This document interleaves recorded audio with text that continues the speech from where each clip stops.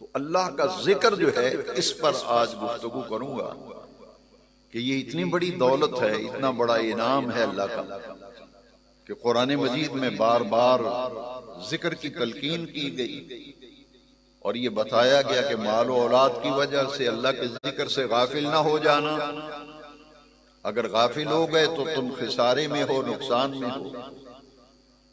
قرآن مجید میں ذکر کے حوالے سے جب ہم غور و فکر کرتے ہیں اور قرآن مجید کو سمجھ کر پڑھنے میں جب ہم قرآن کی طرف رجوع کرتے ہیں کہ ذکر کا جو مفہوم ہے اور قرآنی تصور ہے اس کو قرآن مجید میں جگہ جگہ اجاگر کیا گیا۔ میں اپنے تمام خطبات اور اپنے تمام دروس کے اندر یہ بات بڑی وضاحت سے عرض کیا کرتا ہوں کہ ذکر الہی کی افضل ترین صورت جو ہے وہ نماز ہے۔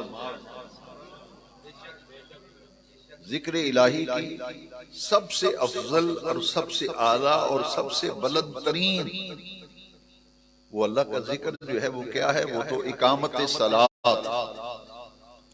اقامت صلاۃ کا معنی یہ ہے کہ نماز کو ظاہری آداب کو بھی ملحوظ خاطر رکھ کر ادا کیا جائے اور باطنی آداب کو بھی ملحوظ خاطر رکھ کر ادا کیا جائے۔ تو نماز ذکر الہی کی افضل ترین اور اعلیٰ ترین صورت ہے۔